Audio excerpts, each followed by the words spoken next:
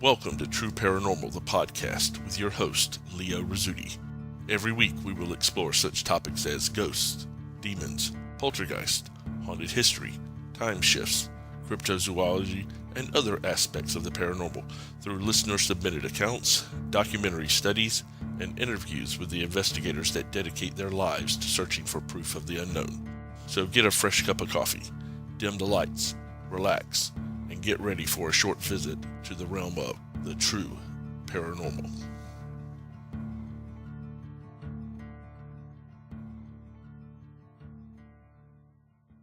Hey guys, Leo Rizzuti here. Welcome to another episode of True Paranormal, the podcast.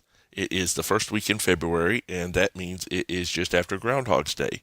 Now, I'm not sure if the groundhog saw his shadow, or if he didn't see his shadow, or even what either one of those means, but I know that it is still very much winter outside here in Cleveland, so I'm going to assume we're going to have at least 6 more weeks of that. Yay!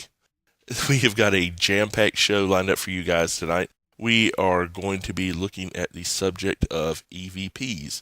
We're going to be sharing some EVPs with you guys, and again, as I promised last week, I'll be sharing one that I recorded while doing the podcast, which is kind of neat, and also what is considered by many to be the scariest EVP of all time, so buckle up and get ready for that. For starters, what is an EVP? Now, EVP of course stands for Electronic Voice Phenomenon, and one would think that this pertains only to voices, but in actuality, EVPs could be any number of sounds, including things like music or animal noises or even ambient environmental noises that you don't hear with the human ear but that come across on tape, things like machinery and footsteps and doors shutting, things like that you know you didn't hear and you know didn't actually happen but somehow were caught in the recording. Generally, there are sounds that are recorded that are not physically heard, although every once in a while you'll hear somebody talk about an EVP and they'll say, "I thought I heard a murmur, but it was nowhere near as clear as what the recording caught." And they're often above or below the range of human speech, which takes the element of fraud or of mishearing things out of play, because I don't care how good you are, you can't speak below or above human speech. EVPs have a fairly long history. The first EVP ever recorded, to my knowledge, was one that was recorded by Waldemar Bogaras in 1901. Now, Waldemar was an anthropologist, and what he was doing was he was going around to shamans and to villages and recording the languages and songs and beliefs of the indigenous tribes in Siberia.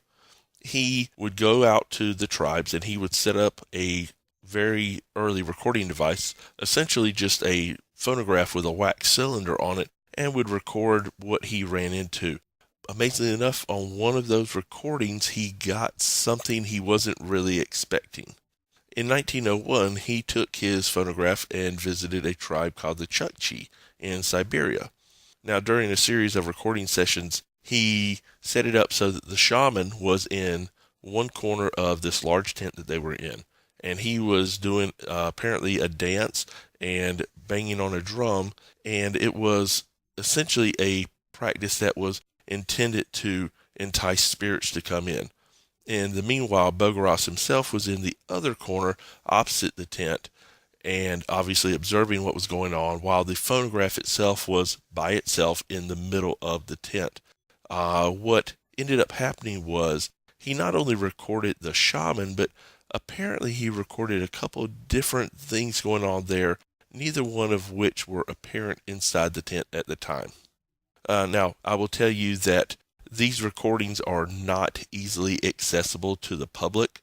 The complete set's owned by the American Museum of Natural History in New York City, and it's also on file at the Archives of Traditional Music at the University of Indiana in Bloomington. So if you are in either one of those areas, perhaps you could go by there and check out the full length of it. These are very interesting recordings. They are not what we would traditionally consider these days to be EVPs. They are, in my mind, very primitive. They are very strange sounding, to say the least, but they're also, I kind of put them in the same category of when you have the ghost photographs of the turn of the century, where you would have people that would pose for spirit photographs, things like that. So I'm not sure what's going on with these specific recordings, but I can tell you that they have been analyzed over and over and over again. And the folks that do the analyzing always come back with that there's no fraud, that there's nothing that is been tampered with or anything like that. And honestly, they can't, if you're to take the anthropologist at his word, they cannot explain what is going on in these. So let's take a listen to those.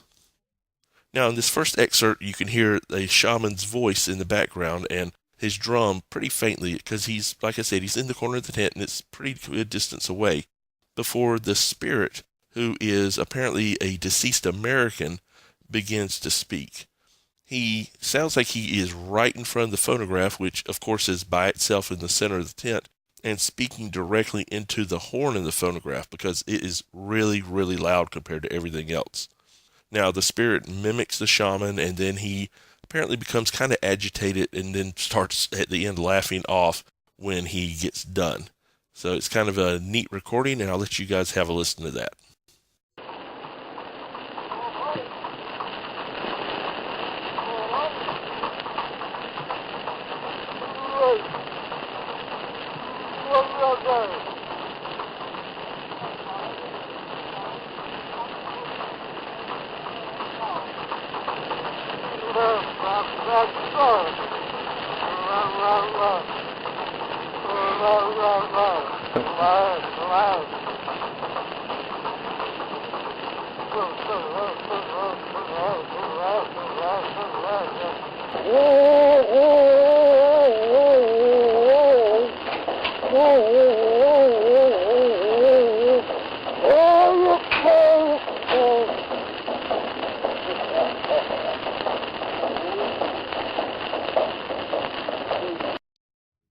The next recording for Buggeross was one that is kind of in the same vein. It is the same situation. The same shaman is in the corner. Buggeross is in the other corner.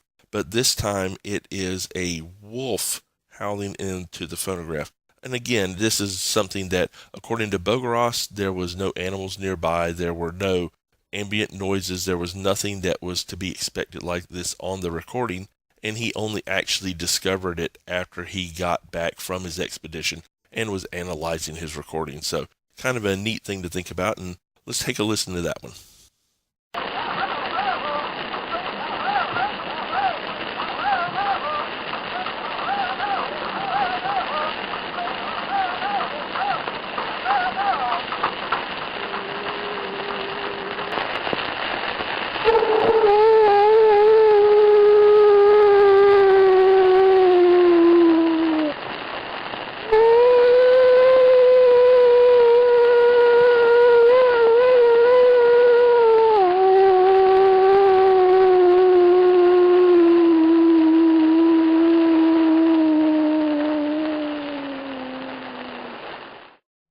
So there you go, guys. The first EVPs ever recorded.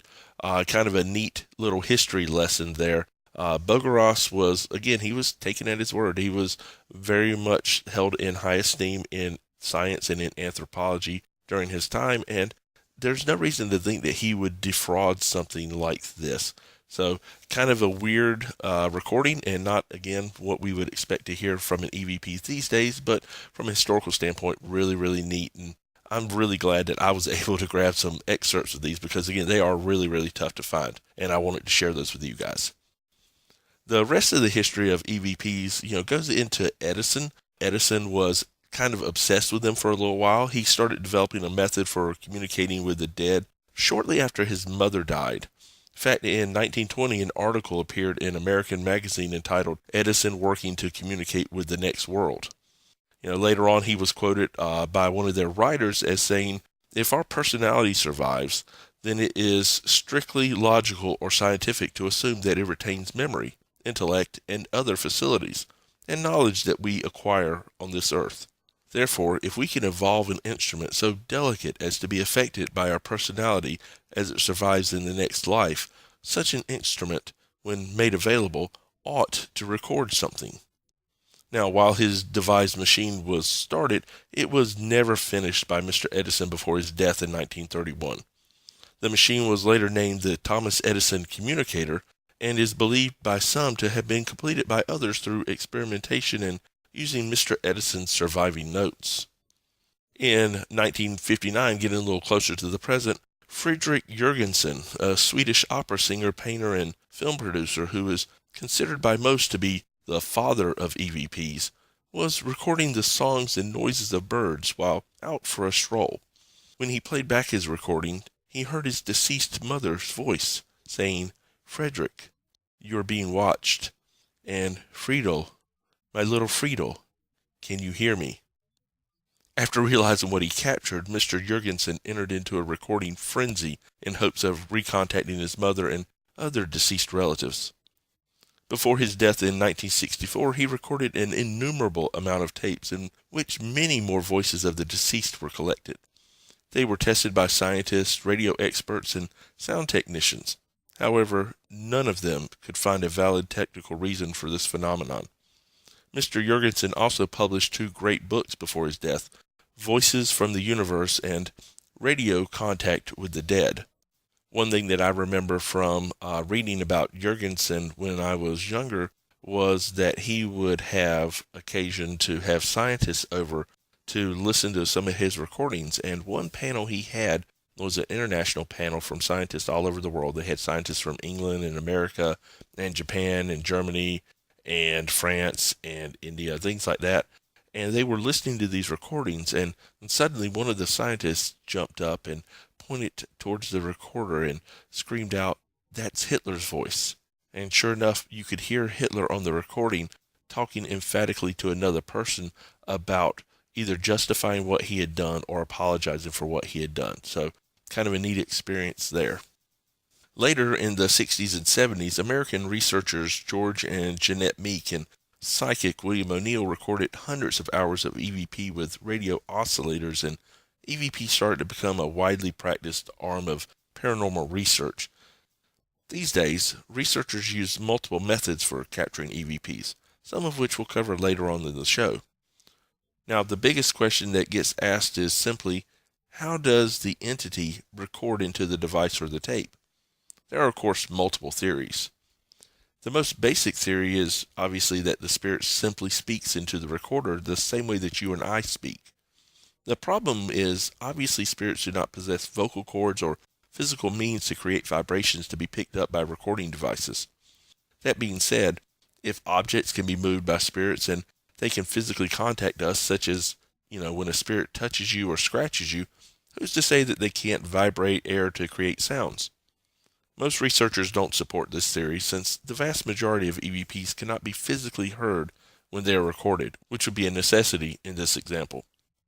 Now, a very popular theory is that the spirits are interacting with fields of electromagnetism, or EMF, in order to manipulate the device and create a recording. Now, this is probably the most widely accepted theory among researchers. The fact that recording devices such as tape recorders and digital voice recorders operate solely on electromagnetism for recording purposes give quite a bit of credence to this theory. Another popular theory is that spirits simply use ambient noise, which they warp or manipulate into whatever they wish to say. This is kind of the theory that has given rise to the popularity of things like spirit boxes and white noise generators in conducting investigations. Other theories include the thought that the person holding the recording device acts as kind of a medium, transferring the sounds to the device in some way, or that all EVPs are simply residual noises that are etched into space-time and recorded by devices that are unknowingly attuned to receive those residual broadcasts. Kind of the thought that if you have a recording in space-time, your recorder is making a recording of a recording, which is kind of neat, but also a little out there. Not really sure how that would work, but it is definitely one of those theories. Now, all of those theories have some element of validity to them, and they all have their advocates and their detractors, just like pretty much everything else in the paranormal community. The best idea is to always just keep an open mind as to what the causes of EVPs are, and simply enjoy studying the results. Now, I can tell you one of the most common questions that investigators get on the subject of EVPs is what equipment to use. I personally started off with a basic handheld tape recorder. Now, over the years, I caught dozens and dozens of great EVPs with this simple technology. Of course, it's got its drawbacks, especially in transferring it to a computer for analysis, but at the time, it was the best technology going. These days, most investigators, including myself, use digital handheld recorders. They come in a wide range of styles and prices, and some are obviously better than others. Now, I won't recommend specific models right now, but generally speaking, don't go for the cheapest one that you can find. In this area, especially when you're going to be trying to capture something fairly faint and obscure, quality definitely counts, and you get what you pay for in most cases. The most important thing in capturing EVPs is that you set yourself up for success. It not only relates to the equipment that you choose to use, but just as importantly, the environment that you are in and the method that you implement. I would rather set myself up for success and catch 3 or 4 really great, bulletproof pieces of evidence because I knew that I wasn't mishearing things than catch dozens of things that could be easily explained away simply because I didn't take the steps to protect the integrity of my recordings. Here's a few tips to capturing great and, more importantly, bulletproof EVPs. First of all, always respect the unknown. As silly as this sounds, always ask any entities present if you can record them. Also, make a habit of using please and thank you when recording. Courtesy matters, no matter the state that a being might be in, and you'll generally have better results, I find, when you use manners. Make certain that whatever you're trying to record understands what you're doing and what your equipment is. You think about it, if you're trying to get recordings of an entity that is from the 1900s, there's no way that they're going to recognize what your device is. So take some time and explain what you're trying to do and that you're trying to communicate with them and that they need to speak into your device. Use phrases like talk into the little red light, for example, if your recorder is so equipped, or if you're using a microphone, talk into the stick. Everybody can understand that. Make sure that early in your recording you identify all living people that are present and have them state their own name. Not only does that seem to set entities at ease, but it also kind of gives you an example of voices for reference during analysis later on. Now, when starting your recording, always state the date, the time, the location, and conditions such as weather at the onset. If there's anything going on in the background, if you say, hey, we're doing this investigation and there is Tuesday, July 4th on 9 o'clock at night, and there is a moving van across the street. That way there's an opportunity for you to be able to filter out any background noises that you could mistake for something else. Do not whisper. Now, this sounds silly, but do not whisper, okay? I cannot tell you how many times I've been with novice investigators who want to whisper during recording sessions. This only leads to heartbreak when you think that you've captured a great EVP, only to find that it was Billy Bob whispering because he didn't want to disturb anything. Trust me on this. Speak in a normal tone of voice if you need to, or better yet, don't talk at all if you don't need to. If something like a whisper happens, however, make sure to note it verbally on your recording.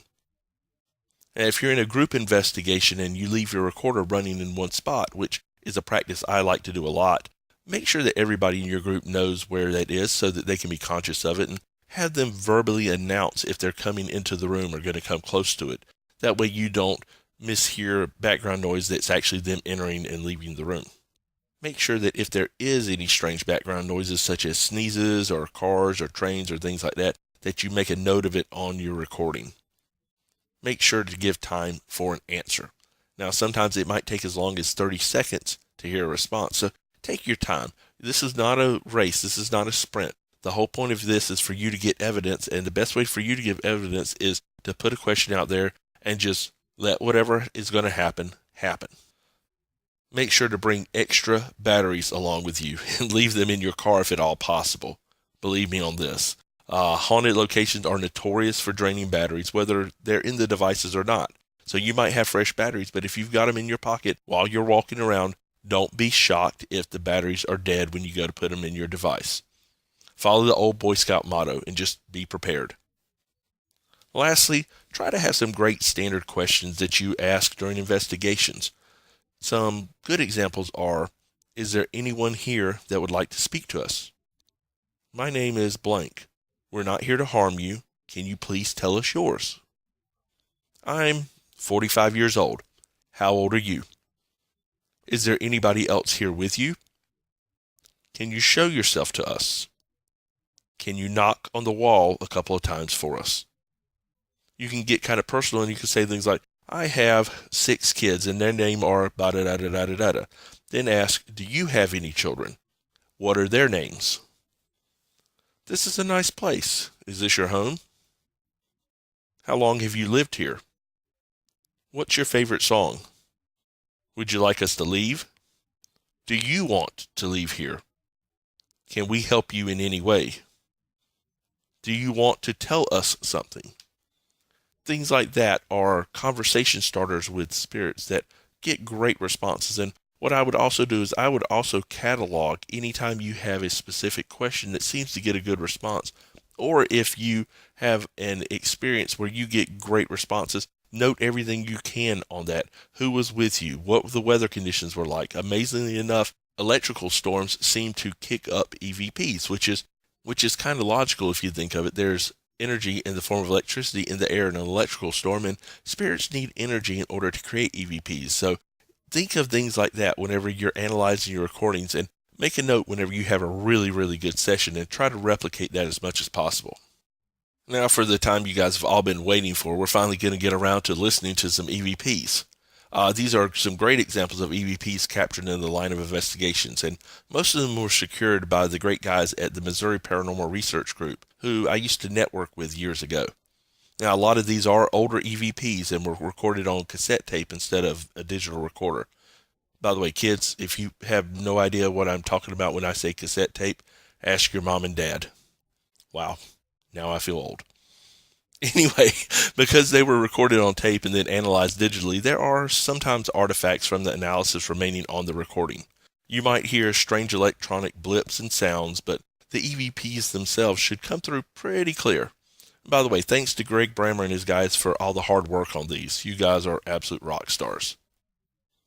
Now, in our first EVP, Greg says that a coworker, Christy, approached him telling him that she and her family seemed to be experiencing some mild paranormal activity in their home.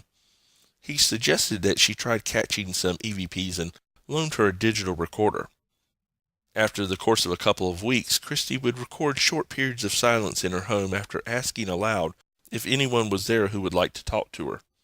At one point, she asked out loud, "Are you wondering what's wrong with this girl sitting on the floor talking to nobody?" A few moments of silence later, a male spirit whispers, "Yes." Take a listen. Are you wondering what's wrong with this girl? Why is she sitting on the floor talking to nobody?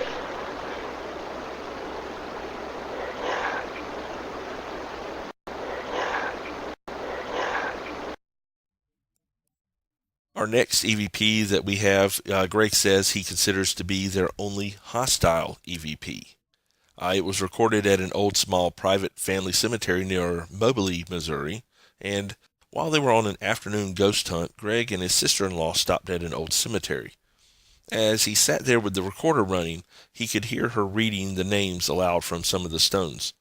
When she returned, she commented that there seemed to be a lot of small children buried there from the late 1800s and early 1900s. And later on, when Greg was sitting there analyzing the tapes before he went to bed, he could hear Melinda's voice way off in the background as she was reading aloud from the stones. Right out of the blue, this obviously angry ghost screamed, "Get out."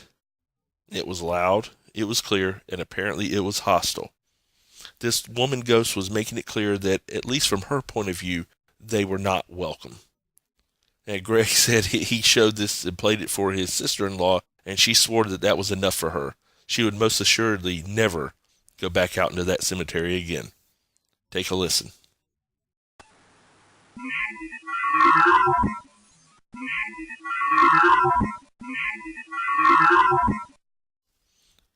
The next one we have is what Greg considers a really cool ghost voice that was recorded on March 11th, and it was recorded at the Eusebia Church and Cemetery near Novelty, Missouri.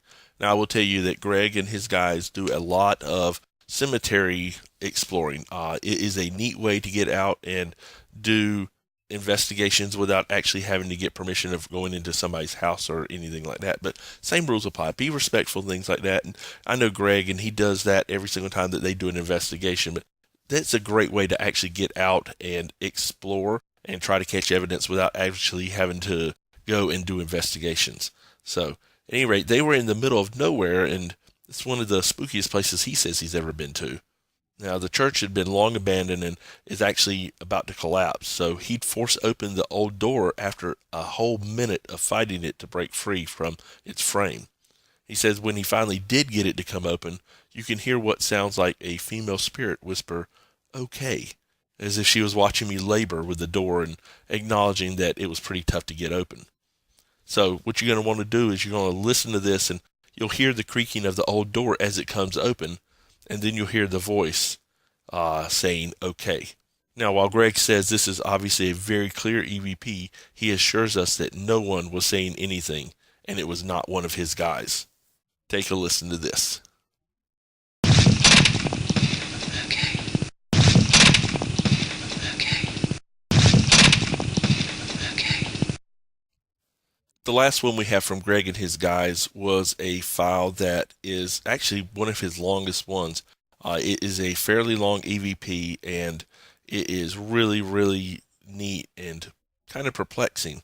It is what we would consider a ghost conversation, which happens more often than not. A lot of times if you set a stationary recorder down in a room, you'll catch what happens to be conversations. Actually, the first EVP I ever caught was a conversation that was almost 20 minutes long off and on. Unfortunately, that was back before I was smart enough to keep such recordings, and it is lost to the ravages of time. But Greg's smarter than I am, so he saved his stuff. This is a EVP about a conversation about a problem, and everybody in the group is giving their input. The topic of the conversation seems to be about fixing something. Now, they have no idea what they're trying to fix, but there seem to be 4 ghosts, all of them talking about fixing something. There are parts of it where you can't really figure out what's being said, but Greg did supply us with a text of what they could figure out in it. In the first one, the spirit says something like, "Couldn't fix it." The second one says, "Move your whatever, that'll fix it." The third one then, "Nobody wants to fix it." Then somebody says, "Hey, Henry could fix it." Somebody says, "Henry." And then somebody else says, "No, but nobody wants to fix it." And then the last one says, "He fixed it." So that's kind of a neat conversation. Take a listen, and if you hear other things, be sure to let us know, and I'll pass this on to Greg and let him know that we've continued to do some analysis on this. Here you go.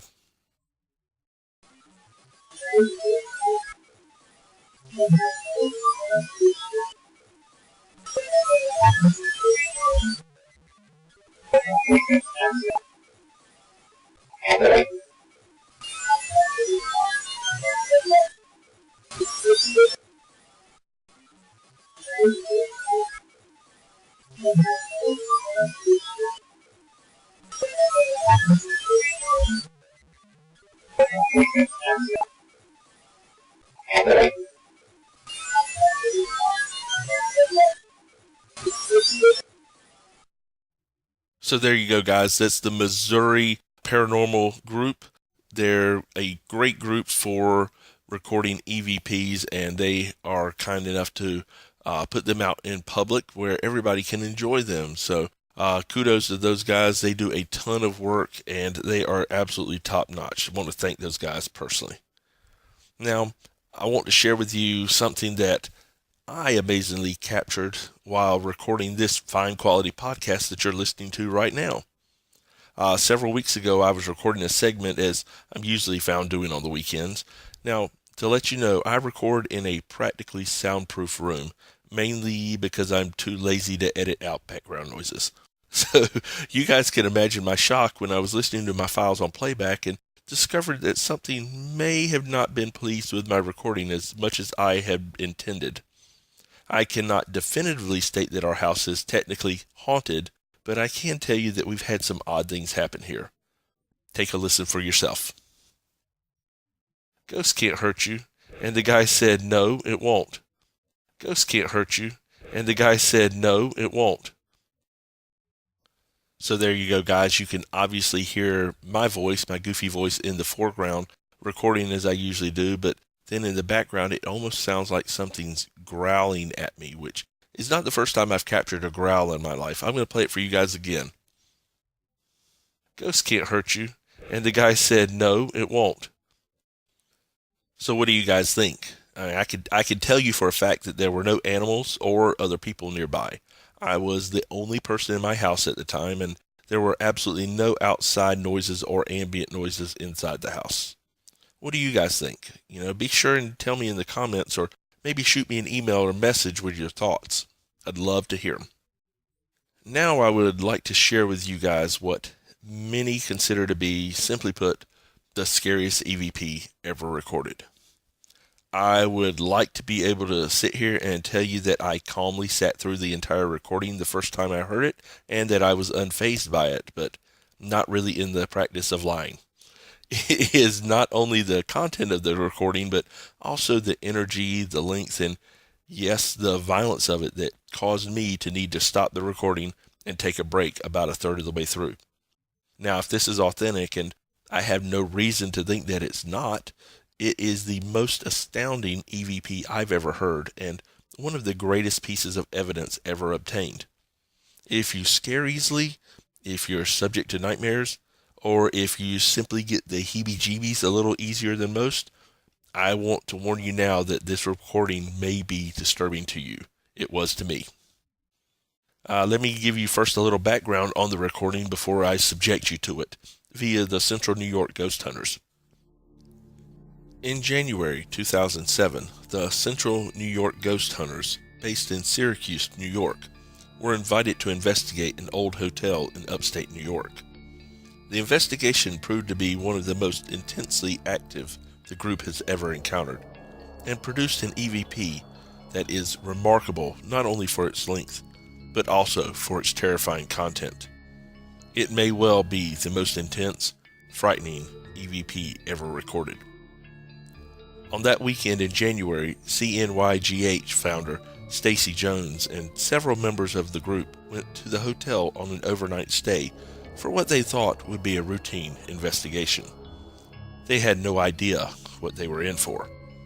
Originally built in the late 1800s, the building was in its colorful history the site of some nefarious activity, a fact that might be a key to what is heard in the EVP. On Friday night, Stacy and her group set up their equipment, audio recorders, video recorders, and other electronics, and settled in, hoping to document some evidence for the haunting the owners had claimed. Most investigations are relatively quiet, but this night was filled with paranormal activity, including muffled voices of unknown origin, footsteps from unseen bodies, and more. Members of the group confirmed that it was the most active haunting they had personally experienced. The real shocker came the next day.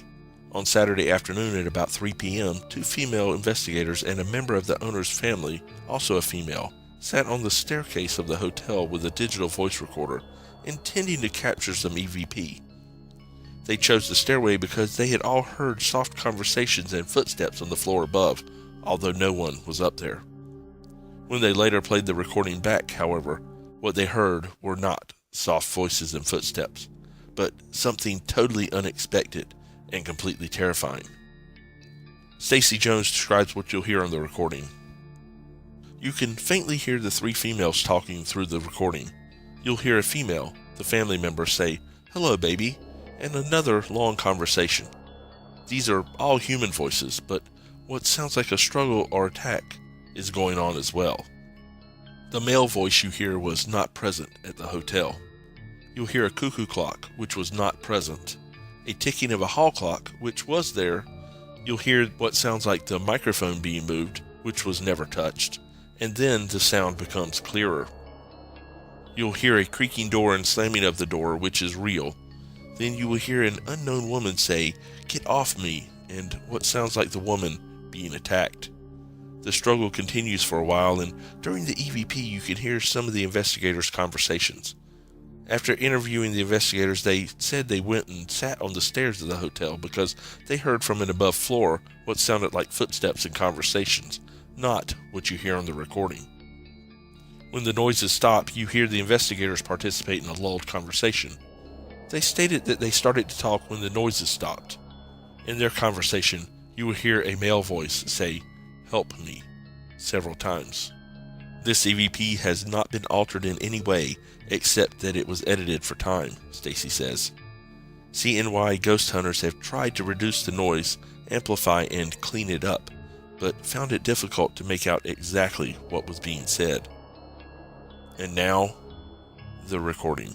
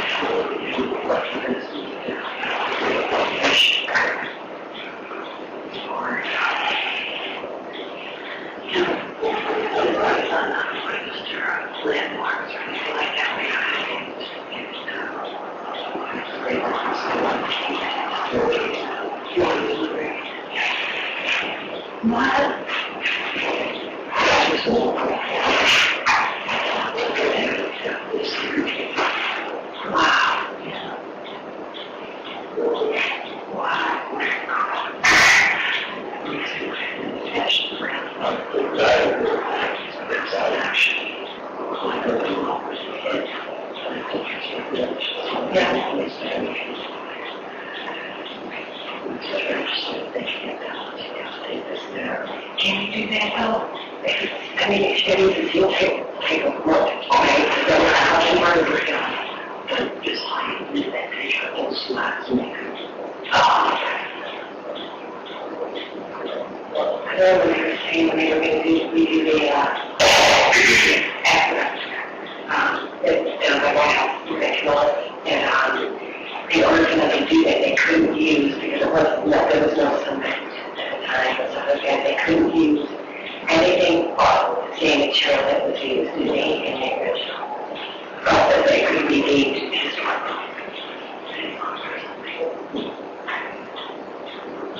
So they didn't have to do much, because they had to be I hope things, because you know, for just the actual, they were like, I want to take the hemlock. And it was because they got the hemlock plates from the bridge down in the water. Sometimes they wanted to say it almost perfectly preserved after all that time.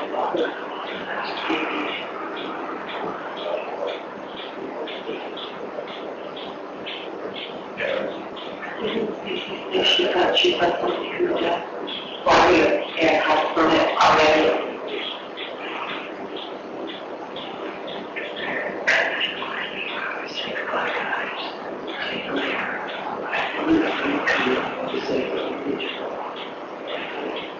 How many people are here? There's none for us to say.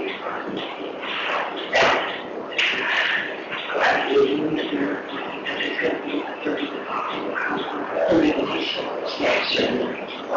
How long have you been here? I've been coming. I've been here 20 years. I've been coming here 30 years. And I've been seen those 20 years. Because I stayed really. It's very cold. Yeah.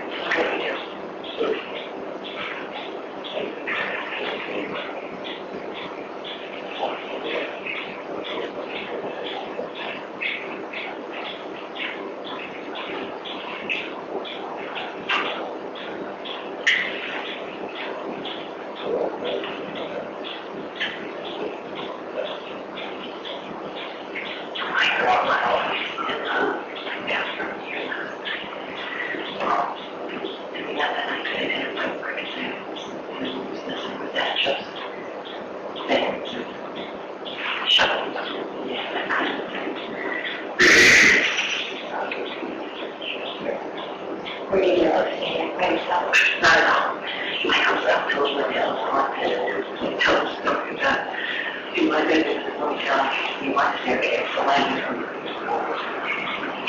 the terminal, I can do the staircase.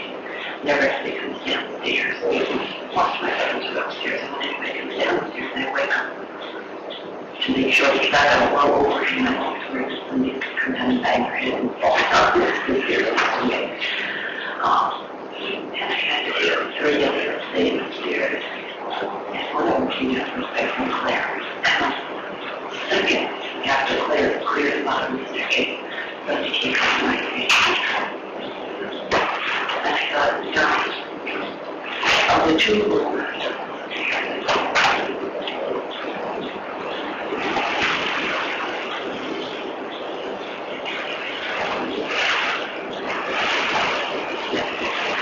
the one upstairs, so and one and the other. So I was trying not to figure out who would come down that way class. And the whole other comes out of the bathroom.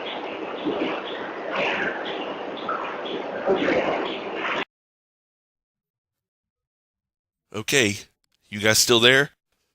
Great. That was freaking intense. I get goosebumps every single time I listen to that thing. And if any of you have any thoughts about what they caught or any idea what they're saying, please let me know on our Facebook page. I'd love to hear what you guys think. Well, guys, that's going to do it for this week's episode of True Paranormal, the podcast. I would like to thank Greg and his guys and the folks over at Central New York Ghost Hunters for all the hard work that you guys do collecting these EVPs. You guys are truly on the cutting edge of these investigations, and we'd be nowhere without you folks. Thanks a lot. You guys are absolute rock stars. Now, if any of you guys out there have EVPs that you'd like to share with us, send them our way, and we'd be glad to have a listen to them and share those on one of our future broadcasts.